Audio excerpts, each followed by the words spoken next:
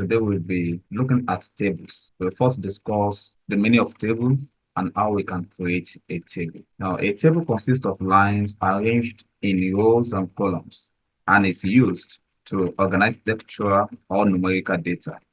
Tables ensure that your work is well organized with minimal stress. How to create a table?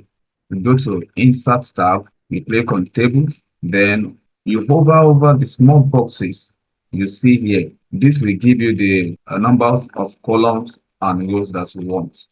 If it is 5 by 4, it means we are inserting 5 columns, 4 rows. And another method that we can use is you can come to insert table here. Then you can specify the number of columns and rows that you want in the spaces provided. Number of columns, if it is 5 by 2, then you press OK. That is how you can insert a table. Now, part of a table. A table has a column, and this is the column. If you select a table like this is said to be a column. This is a column, this is a column, this is a column, this is a column, this is a column. That's why we have 5 columns in this table. Then we have rows. A table must have rows. This is row 1, and this is another row. We have 2 rows here. Now, how do we get this cell? Each box is referred to as cell. Each box. This is a box, meaning that we have 10 cells in this table. Just multiply the number of columns by the number of rows, so you get your cell. Then we have the move handle. This is the move handle.